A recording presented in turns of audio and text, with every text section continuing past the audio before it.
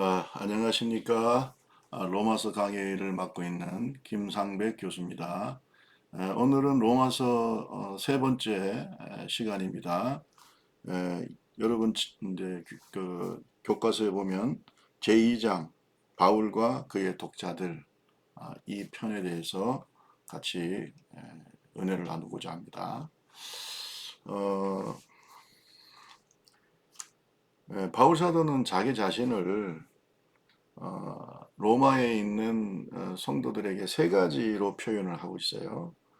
여러분 아마 우리 로마서 1장 1절을 보면 거기에 자세하게 자기 자신에 대한 소개가 나와 있죠. 로마서 1장 1절을 보면 예수 그리스도의 종 바울은 사도로 부르심을 받아 하나님의 복음을 위하여 택정함을 입었으니 이렇게 말씀하고 있습니다. 바울 사도는 먼저 자기 자신에 대해서 얘기하기를 예수 그리스도의 종이라고 얘기했습니다. Servant of Jesus Christ. 종이라는 말은 헬라어로 둘로스라는 말인데 slave, 가장 비참한 노예를 가리켜 하는 말이죠. 이 종은 주인에게 전적으로 복종해야 되죠. 또 주인에게 자기 생명이 달려있기 때문에 전적으로 의지해야 되고요. 또 절대 소유가 돼야 되고 그리고 이 주인은 종에게 무제한적인 권위를 행사를 했습니다. 그들에게 전혀 자유는 없습니다. 사실은 뭐 우리가 대표적인 케이스로 우리가 구약 성경에 보면 뭐 히브리 노예들 400년 동안 야곱의 후예들 또 가서 이제 한 400년 동안 종로로 됐죠. 이때 우리가 뭐 십계라든지 또 우리가 뭐 이집트 왕자라든지 또 신들의 전쟁 이렇게 어, 그 이스라엘의 출애굽 과정을 이렇게 담고 있는 영화들을 보면 히브리 노예들이 어떻게 400년 동안 살았는지 잘 나타나고 있지 않습니까? 그들에겐 자유가 없고 중노동에 시달리고 또 여러 가지 어려움이 많았죠. 뭐 요셉도 사실은 노예로 팔려간 거죠. 슬레이브로. 그러다가 이제 보디발의 마음에 들어서 나중에 이제 가정 총무까지 되는 뭐 총무가 돼도 종은 종입니다. 이런 것을 우리가 둘로스라고 얘기를 합니다. 로마 제국에는 노예가 아주 많았습니다. 로마가 헬라, 마게도냐, 터키, 팔레스타인, 북아프리카 등지로 이제 세력을 확대해 나가면서 전쟁 포로들을 굉장히 많이 잡아왔겠죠. 뭐 거기에는 상당한 뭐 왕족이라든지 귀족이라든지 수준 높은 그런 학력을 가진 그런 노예들도 많이 있었습니다. 옛날 그 고대 로마 시대 때 전쟁은 사실 노예 전쟁이라고 말할 수 있고요. 또 경제도 노예 경제다. 노예들이 다 일을 하고 그렇게 살았던 시대죠. 로마 시내만 해도 아마 바울 사도 시대 이때 정도 됐을 때는 한 3분의 1, 로마 시민의 3분의 1이 노예였다. 이렇게 얘기할 수 있어요. 20만에서 30만 정도.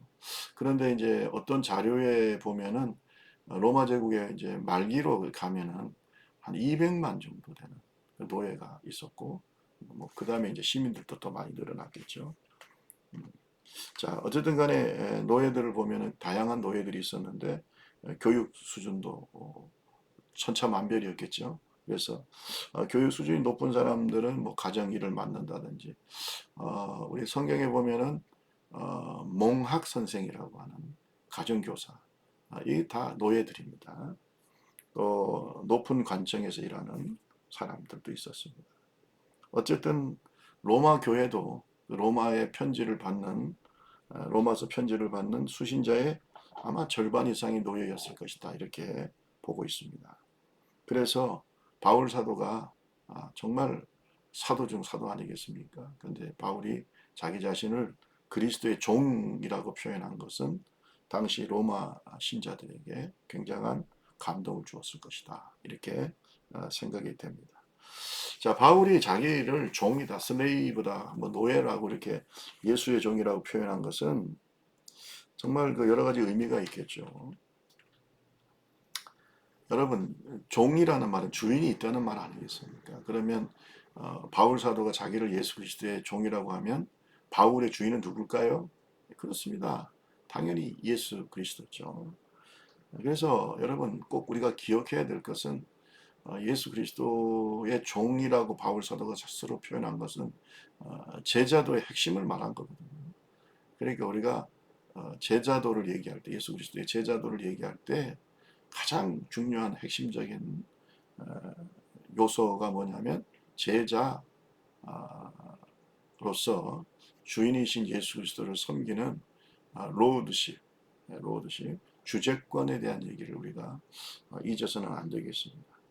로드십이라고 하죠. 이 주재권은 우리가 사실은 그 누가복음 14장에도 좀 나옵니다만은 자기의 소유도 바쳐야 되고 자기의 목숨까지도 주인을 위해서 바쳐야 되는 예수 그리스도를 위해서 바쳐야 되는 이런 것이 사실은 예수님께서 말씀하신 제자도거든요. 로드십이라는 거죠.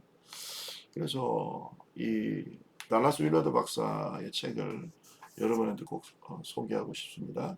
잊혀진 제자도라는 이 책인데 달라스 윌러드가 지은 책입니다. 출판사는 복 있는 사람이라는 출판사인데 지금은 여기서 이게 나오는지 모르겠습니다만 여기서 이제 달라스 윌라드가 뭔 얘기를 하냐면 우리가 정말 쉬운 기독교 그리고 값싼 은혜를 배격해야 된다 이렇게 말씀하고 있어요. 그래서 제자는 희생을 각오해야죠. 주인을 위해서 전적인 순종과 또 그리고 자기를 끝까지 사랑해 주신 주인 왕이신 예수 그리스도에 대해서 자신의 그 사랑의 의무를 다하는 그죠? 그래서 예수님도 너희가 제자 되려면 스스로 결단을 해라. 그죠?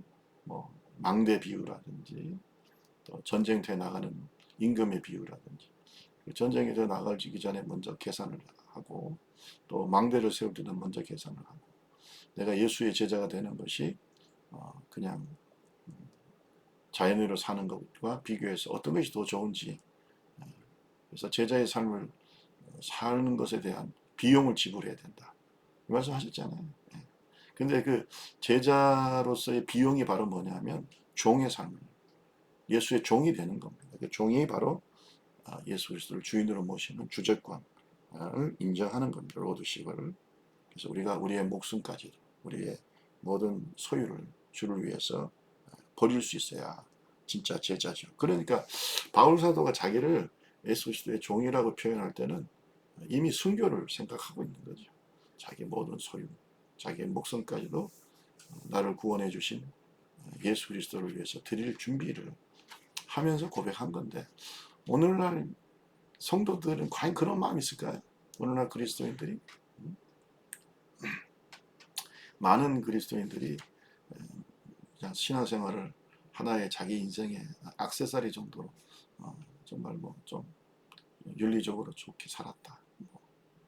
뭐 종교인으로 이렇게 산다는 것은 우리가 오늘 바울 사도가 주장하고 있는 예수 그리스도의 종이라는 말씀과는 너무나 다른 생각이라는 거 우리가 알아야 되겠죠. 구약에도 보면은 종이라는 말을 종종 썼어요. 그래서 모세라든지 여호수아 이런 사람들도 다 여호와의 종이다 이렇게 표현했고 또 선지자들도 다 하나님의 종이라는 말을 쓰고 있습니다.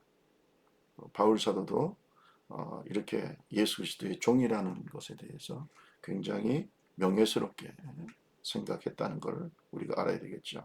그래서 이것은 주인이신 예수님의 사랑에 대한 의무감과 어떤 명예, 내가 예수님의 종이라고 하는 명예. 우리의 주인은 대단하지 않습니까? 그죠? 그리고 그분은 자신을 우리에게 주시기까지 사랑하시는 그런 좋은 주인 아니시겠습니까? 그래서 그분의 종이라는 것은 명예스럽죠. 예수의 종이 아니면 누구의 종으로 살까요? 그렇습니다. 세상 신인 사탄의 종으로 살겠지요. 그래서 우리가 예수 그리스도의 종이라는 거 자랑스럽게 생각해야 될 줄로 믿습니다. 두 번째로 바울 사도가 자기를 소개할 때 사도라고 소개하고 있습니다.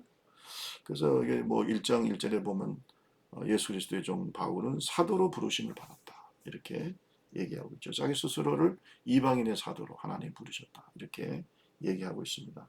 사도는 뭐 아포스톨로스라고 헬러에서 얘기하고 있고 뭐 영어로는 아포스톨이라고 표현하고 있습니다. 사전적으로는 위임자, 전달자, 발송자, 뭐 대사, 사절, 사자, 보냄을 받은 자죠. 파송된 사람들을 말합니다. 유대인들에게는 뭐 세금을 거두기 위해서 예루살렘 장로에서 파송된 사절들을 보통 아포스톨이라고 불렀다고 하는 겁니다. 넓은 의미에서 사도는 성경을 보면 신약 성경을 보면은 복음 전도자 또는 뭐 영적으로 하나님의 뜻을 이루기 위해서 파견된 자, 능력으로 보냄을 받은 사람, 뭐 이런 뜻으로 넓은 의미에서 생각한다면 바나바도 뭐 사도고요. 에바브로, 디도, 아볼로, 실루아노, 디모데 이런 분들도 다 사도적인 사명을 감당했던 분이라고 말할 수 있겠죠. 그러나 좁은 의미에서 사도는 사실은 예수님과 함께 생활하고 예수님에 의해서 파송받는 예수님의 친제자들을 보통 사도라고 하죠. 그래서 12명의 사도가 있죠. 제자들. 그래서 이제 뭐 12명 중에 이제 가룟 유다가 배반하고 대신 마띠아가 뽑히잖아요. 그래서 가룟 유다를 제외하고 11명과 마띠아 그리고 나중에 예수님께서 직접 부르신 부활하신 예수님 부르신 바울까지 포함해서 우리가 보통 사도라고 얘기를 합니다. 좁은 의미에서는. 그래서 우리가 이제 이 사도를 얘기할 때는 예수님과 동시대성과 동역성 이것을 보통 얘기를 한다는 거. 그러나 넓은 의미에서는 하나님 예수님께 부름받은 이런 또 사도적 사명을 감당했던 분들 있죠. 그래서 이제 우리가 이제 어떻든 간에 이 사도직의 특징이 이제 쭉 제가 여러분 12페이지에 나와 있습니다. 예수님에서 친히 선택되고 부름받아 파송된 사람들. 그래서 이거는 막 좁은 의미에서 그렇죠. 또 예수님께서 그들에게 임무를 주시고 수행할 능력도 주시고 또 그들은 또 부활의 증인이었어요. 바울도 사실은 부활하신 예수님 만나서 부활의 증인이죠. 어느 신학자는 말합니다. 예수님의 부활의 가장 큰 증거 중에 하나가 뭐 빈무덤도 있고 여러 가지 있지만 사울이 바울로 회심한 사건이라고 말하죠. 그것은 부활하신 예수님을 만나지 않았다면 불가능한 일이다. 이렇게 생각을 하고 있습니다. 그 다음에 이제 성령님께서 이 사도들과 함께 계셨고 또 이 사도들은 또 많은 성경을 또 기록합니다. 바울을 비롯해서 베드로 또 요한 어쨌든 사도들에 의해서 성경이 많이 기록이 되죠. 마태도 마태복음 또 요한은 또 요한복음 이렇게 기록하죠. 그래서 신약의 정경성을 검증하는 어떤 시금석 굉장히 그 하나의 기준으로서 사도성을 얘기하고 있어요. 그래서 얼마나 이 성경에 영감된 말씀인가 정경으로 포함시켜야 될까라고 이제 옛날 초대교회 회의에서 결정할 때 이 사도성을 굉장히 중요시 여겼다는 거 우리가 알아야 되겠습니다. 또 하나님은 그들에게 특별한 능력을 주셨죠.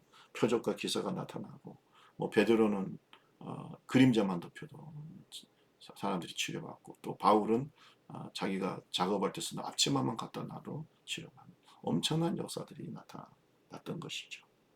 또 이 사도들의 직무는 어떤 한 교회나 뭐 이런 한 지역의 교회가 아니라 그 당시 세계 교회의 권위와 영향력을 행사할 수 있었던 그런 직분이 바로 사도입니다. 그래서 어떤 신학자는 예언의 은사를 가진 예언자들과 함께 이 사도는 초대교회를 세우는데 굉장히 중요한 역할을 했다. 이렇게 얘기할 수 있습니다.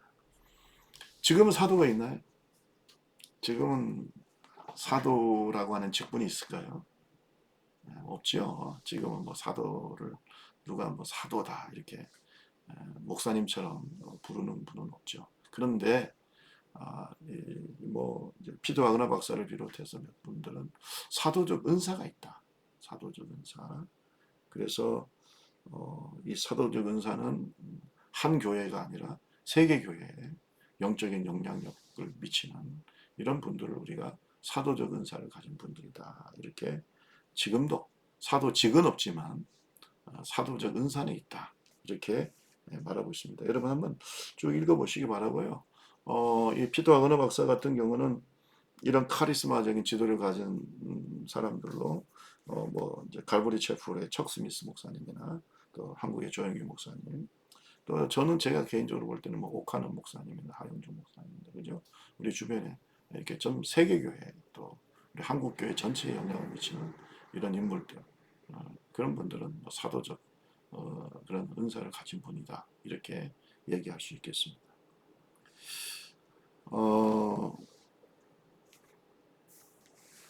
사도로 부름을 받는 것은 하나님의 특별한 부르심이다라고 하는 것을 우리가 알아야 되겠고, 이 하나님의 부르심은 주권적 선택이었다. 뭐 내가 사도가 되고 싶어서 사도 되고 뭐 이게 아니고, 예수님께서 베드로를 부르실 때도 예수님이 찾아가서 부르셨죠. 그러니까 이 항상 우리의 부르심을 생각할 때 하나님의 필요에 의해서, 하나님의 니드에 의해서 우리가 부름을 받지, 일반 타 종교처럼 인간의 필요에 의해서 신을 찾는 게 아니다. 이거 우리가 알아야 되겠습니다.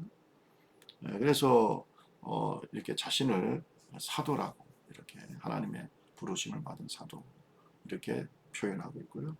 그 다음에 세 번째로 바울 사도는 자기를 소개할 때 하나님의 복음을 위해서 택정함을 입은 자라고 얘기하고 있습니다. Set apart for the gospel of God. 하나님의 복음을 위해서 따로 부름을 받은 사람이다. 택함을 받은 사람이다. 그래서 이제 뭐 set apart라는 말은 separate, 구별되다라는 말과 연결이 되죠. 우리가 헬라를 보면 아폴리오메노스라는 말입니다.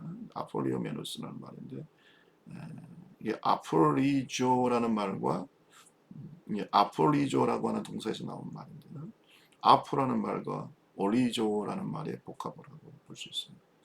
그래서 어쨌든 아폴리오메노스라는 말은 결국은 아포라는 말, 뭐뭐로부터, 올리조는 뭐 구획을 정하다, 한계를 두다, 뭐 분리하다 이런 뜻이니까, 택정함을 받았다라고 하는 말은 뭔가 뭐로부터 분리되었다, 성별되었다.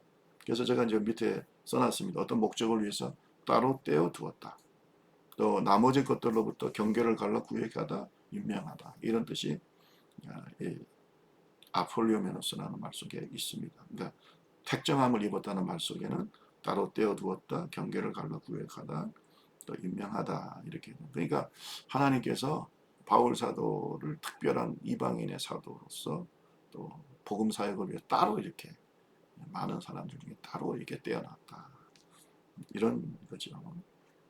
그래서 바울 사도는 자기를 하나님께서 이제 두 번 바울 사도의 삶을 보면 구별하시는, 첫째는 이제 어떻게 보면은 하나님의 모든 계획 속에 있죠. 성도는 따로 구별된 사람, 성도로 하나님 앞에서 구별을 받죠. 그러니까 바울도 하나의 성도로서, 거룩한 무리로서, 하나님의 백성으로서 구별함을 받으니 태중에서부터 다 하나님께서 구별하신다 그러잖아요. 그 다음에 이제 두 번째는 이제 주의 종으로서, 사도로서, 또 선교사로서 하나님께서 하나님의 일을 위해서 성령을 통해서 구별하시고 안수를 하시는 거죠. 그래서 우리가 지금도 목회자는 두 분 부름 받는 거죠. 그래서 한 번은 성도로 부름 받고 또 한 번은 목회자로, 하나님의 종으로, 목사로 부름 받아서 안수식을 하게 되는 겁니다. 따로 특별한 목적을 위해서 구별해 보았다. 이제 이런 것입니다. 그래서 어쨌든 1장 5절에 보면은 이렇게 구별됨을 받은 바울은 두 가지를 받게 되는데, 첫째는 1장 이제 5절부터 보면은 1장 5절, 그로 말미암아 우리가 은혜와 사도의 직분을 받아 그의 이름을 위하여 모든 이방인 중에서 믿어 순종하게 하나니, 이렇게 말씀하고 있죠. 그래서 이렇게 구별함을 받을 때 하나님은 우리에게 뭘 주시는, 은혜를 주시는 거죠. 그의 사명 감당할 수 있도록 은혜를 주셨죠. 어떻게 보면은 우리가 구별함을 받았다. 뭐 성도로서, 또 목회자로서, 따로 때에 놓음을 받고 또 하나님의 콜링을 받았다는 것, 부르심을 받았다는 자체가 은혜죠. 하나님의 특별한 은혜지 우리의 공로가 아니다. 그래서 율법과 은혜의 차이를 이렇게 얘기를 좀 하고 있어요. 율법은 사람이 해야 하는 것으로 인도하고 은혜의 복음은 하나님이 하신 것으로 인도하신다. 뭐 이런 얘기를 했어요. 그래서 구원은 인간의 노력이 아니고 하나님이 하신 거죠. 십자가 하나님의 사랑으로 인도하시는 것이 바로 진짜 구원이죠. 하나님의 사랑에 의해서 발견되는 것이다. 이것이 은혜다. 뭐 이것은 구원뿐만 아니라 우리가 사명을 맡을 때도 다 하나님께서 우리를 인도하십니다. 은혜라는 말 자체가 대가 없이 주시는 선물이라는 뜻이죠. 그래서 어쨌든 우리가 성도로 부름받고 주의 종으로 부름받는 것 다 하나님의 은혜다. 아멘. 네, 이렇게 믿기를 바랍니다.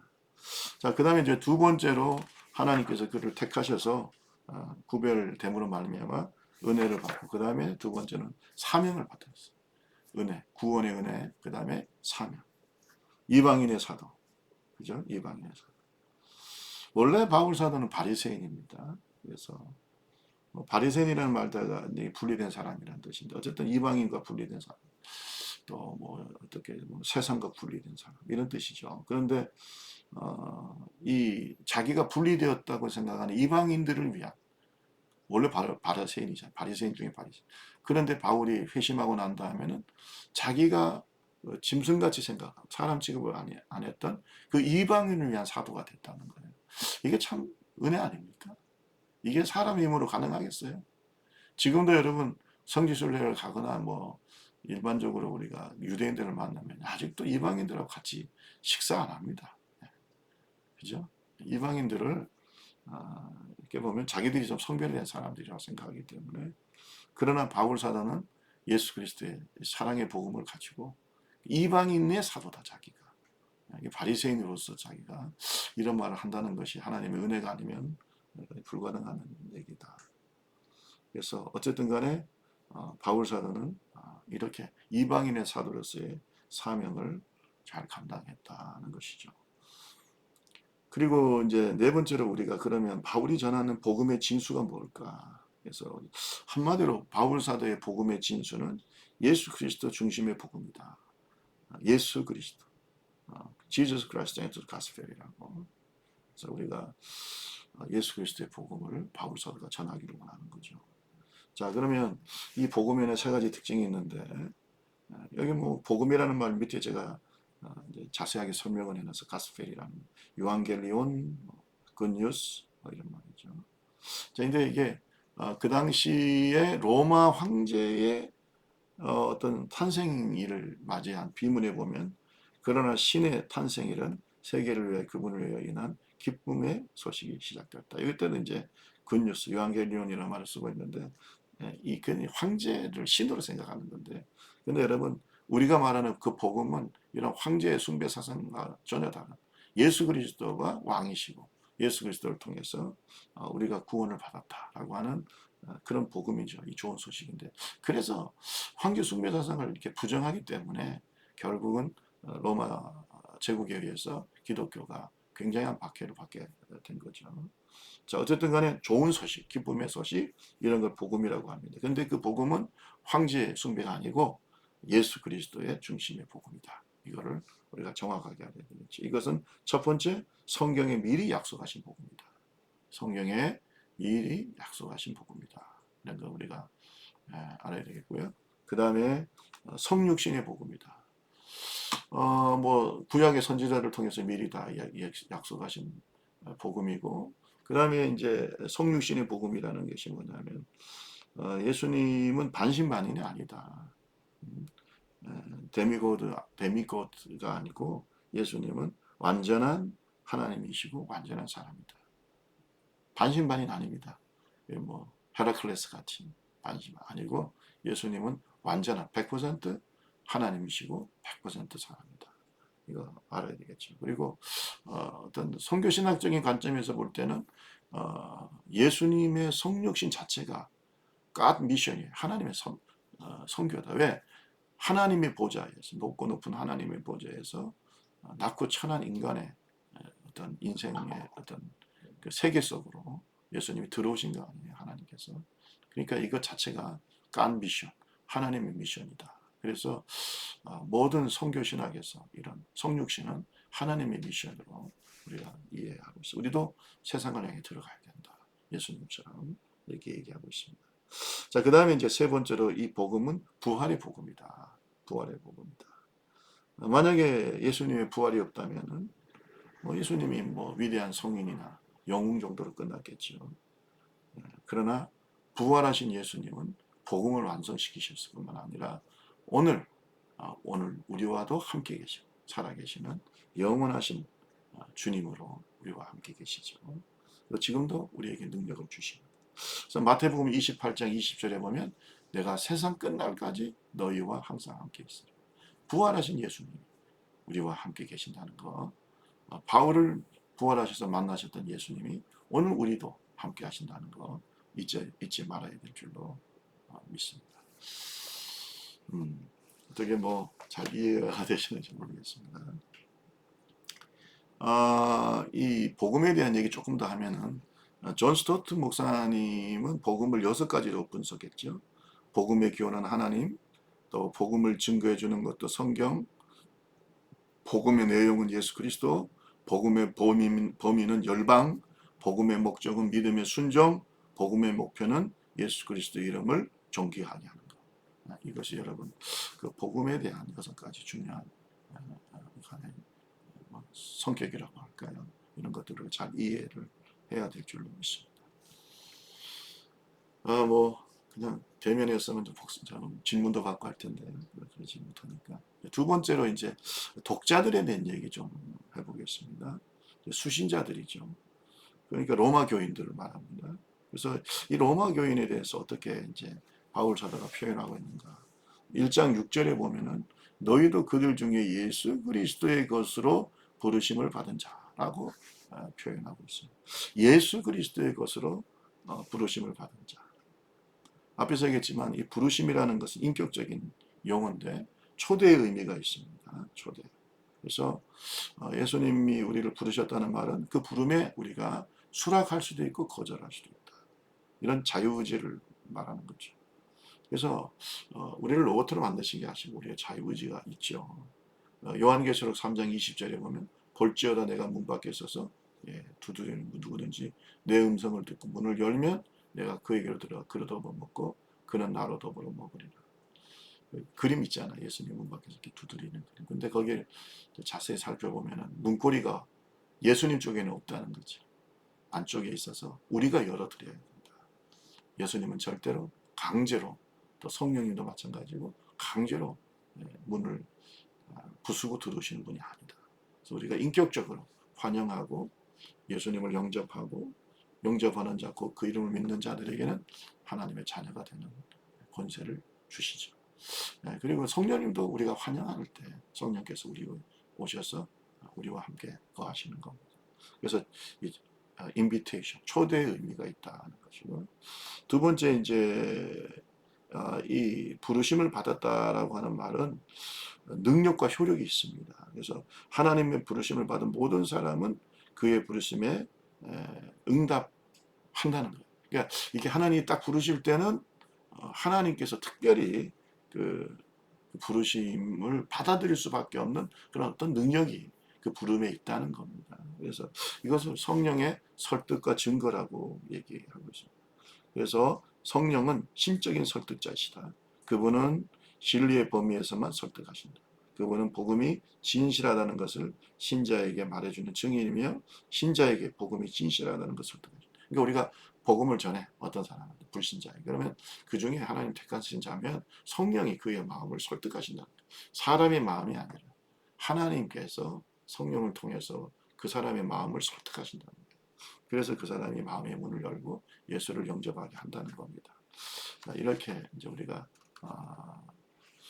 그리스도의 복음 것으로 부름을 받았다라고 하는 그 속에는 하나님의 선택이 있는 것이고요. 또 성령의 설득이 있다는 거 우리가 알아야 되겠습니다. 그래서 성령에 의해서 설득을 당하기 때문에 신앙의 확신이 생긴다. 그래서 사실은 믿음도 모든 사람의 것이 아니라는 거죠. 하나님이 택하시고 부르시고 또 하나님께서 그 부르심에 응답하는 사람들 이런 사람들에게서 믿음이 생기는 것이죠. 자, 어쨌든 간에 이렇게 하나님이 선택하신 것도 우리의 어떤 지혜나 우리의 공로가 아니고 하나님의 은혜예요. 제가 주권적 선택이라고 얘기하잖아요. 요한복음 15장 16절에도 보면 너희가 나를 택한 것이 아니요 내가 너희를 택하였다라고 베드로와 제자들에게 말씀하셨는데, 그러니까 베드로가 마음의 문을 열고 예수님을 영접하고 주여 나는 죄인입니다라고 회개하고 모든 것을 버리고 내가 너를 사람 낳는 어부가 되게 하겠다고 순종하고 따르게 된 모든 이 과정에 하나님의 설득과 성령의 설득과 또 하나님의 택하신 그 은혜가 있는 거죠. 이런 것들을 우리가 절대 부정해서는 안 된다. 그리고 주님께서 우리를 예수 그리스도의 것으로 부르셨다는 거죠. 앞에서 얘기했듯이 이거는 소유권을 말하는 겁니다. 몸의 것, belong to라고 하는. 우리는 예수에게 속한 것이고 예수의 소유물이고, 또 그런 말은 예수님께 우리가 뭐 헌신하고 봉사하는 것도 있고 죽기까지 충성하는 것도 있지만, 또 예수님의 입장에서는 우리를 보호하시고 지켜주시고 인도하시고 공급하시고. 아멘. 그래서 우리가 기도할 때 누구 이름을 기도해요? 예수님 이름으로 기도하잖아요. 예수님은 우리를 이렇게 공급해 주시고 또 지켜 주시고. 그래서 우리가 그리스도의 것, 예수 그리스도의 것이라고 하는 말은 그의 소유다. 아멘. 그래서 예수 그리스도의 소유된 자들에게는 성령의 인치가 있다는 거죠. 할렐루야. 그렇지 않습니까? 두 번째로는 하나님의 사랑을 입은 자다라고 하는 것이죠. 여기에 사랑은 아가페라는 십자가의 사랑을 말하는 거죠. 무조건적인 하나님의 사랑, 하나님의 사랑을 입은 자들이다. 참 은혜죠. 솔직히 우리가 하나님의 주권적 선택과 이 사랑을 입은 자들이다. 그래서 신명기 7장 6절에서 8절에 보면 기록된 바 내가 야곱은 사랑하고 에서는 미워했다 하신 것 같습니다. 하나님의 주권적 선택과 사랑이다. 우리가 그 사랑을 입었다는 것 자체, 하나님 예수님의 것이 되고 또 부르심을 받고 그 사랑을 입었다는 것 자체가 은혜입니다. 또 7절에 보면은 로마에서 하나님의 사랑하심을 받고 그다음에 성도로 부르심을 받은 자다, 이렇게 얘기하고 있습니다. 이 성도라는 말, saints라는 말이죠. 하기오스라는 말, 하나님을 위해서 따로 떼어놓았다라는 뜻인데, 옛날에 그 구약 시대는 이스라엘의 선민을 말합니다. 카다시, 여러분 거기 그 용어가 서로 이렇게 좀 반대로 바뀌어야 됩니다. 카다시, 읽을 때는 오른쪽으로부터 읽으니까요. 카다시라고 하는 용어인데, 이것은 어떻게 보면 성령께서 하나님을 위해서 이 세상에서 따로 떼어놓으신 그런 죄인이다. 우리가 세상 속에서 다 죄인이지만 하나님이 따로 어떤 분은 그러더라고요. 일렉션이 아니고 셀렉션입니다. 일렉션은 뭐 나쁜 것 중에 이제 제일 좋은 거를 선택하는 게 일렉션인데, 셀렉션은 뭐냐면 다 그래 그만한 거 다 나쁘고 그런데 그 중에서 특별히 선택해. 그러니까 우리가 뭐 대단히 의로워서 선택된 성도가 아니라 하나님의 사랑을 입고 주권적 선택으로 하나님께서 우리를 선택하신 거죠. 셀렉션이죠. 일렉션이 아니다는 거 우리가 알아야 되겠습니다. 그래서 우리가 거룩하게 이 세상과 좀 구별돼야 된다. 그래서 성도라는 말에는 두 가지 의미가 있습니다. 성도는 그리스도에게 속하지 않는 세상 사람과는 달라야 된다. 그러니까 구별돼야 된다. 거룩해야 된다. 안디옥에서 처음에 이제 그리스도인이라는 말로 이제 부름을 받게 됐잖아요. 사도행전 11장 26절. 이럴 때는 약간 조롱 섞인 말이에요. 그러니까 이게 뭐냐면 뭔가 자기들과 다르다. 예수라는 사람을 뭐 스승으로 쫓는 사람들이다. 자기들과 좀 다르다라고 하는 의미였었지만은 이제는 사도 베드로를 비롯한 사도들에 의해서 이제 하나님께 특별히 부름을 받은 성도로 부름받은 예수 그리스도의 제자를 그리스도인이라고 부르게 됐죠. 그 다음에 이제 또 우리가 이스라엘이 하나님의 백성이 되기 위해서 출애굽하잖아요. 그러니까 출애굽의 목적 중에 가장 중요한 목적은 하나님께 제사, 하나님께 예배하는 하나님의 백성이 되기 위해서 출애굽을 한 거죠.